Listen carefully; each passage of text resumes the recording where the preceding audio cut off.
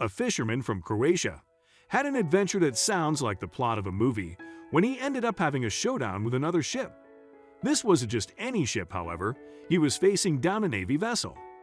A fisherman from Croatia, Darko Bigava, pulled a strange object from the ocean floor when fishing in the Elefiti Islands, which lie off the southern coast of Croatia. When he pulled up his net, he found a large orange box with metal fixtures at either end. The strange box that he had found was quite large. It was about 1.3 m in every direction, and it weighed more than 220 pounds, or around 100 kilograms. Attached to this big orange cube was a smaller box measuring about 15 inches square.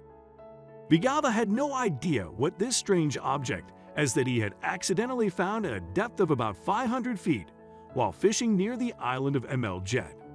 He posted photos of this find on social media to find out what it was. It wasn't long before his phone rang. When he answered, it was none other than the U.S. Navy itself. Bigava initially tried to identify the object purely because he hoped to find the owner and claim $3,000 to cover the damage caused to his nets by the object. The only clues he had to go on were a buoy attached to the queue and a DHL shipping label on the side of the box. He'd approached reporters from Morski to help him locate the owners. During their research, they discovered that the box had originated from NASA's Stennis Space Center in Mississippi. The box had been sent from the U.S. in November of the previous year and was sent to Zagreb after going through Germany. Once the story got out, a Morski reader contacted the publication and told them that they had seen the U.S. Navy research vessel Bruce Heesen in the area that day. According to the sighting, the ship had been tracking back and forth over a certain stretch of water near MLJ. Bigava was still waiting to find out what was going on when he received a call on his ship's radio. To his great surprise, the message he received was coming from a U.S. Navy vessel, demanding the return of the device. Bigava, however, refused to return the device to the Navy. He insisted that they needed to compensate him for the damage the device caused his nets. There was a fair amount of back and forth between Bigava and the Navy. As difficult as it was, eventually a settlement regarding the $3,000 was reached. The Croatian Coast Guard agreed to pay for the damages to Bigava's nets. The U.S. Navy would, in turn, recompensate them. Once the settlement had finally been agreed upon, Bigava navigated closer to the Bruce Heesen. He picked up the device, tossed it over the side of his boat.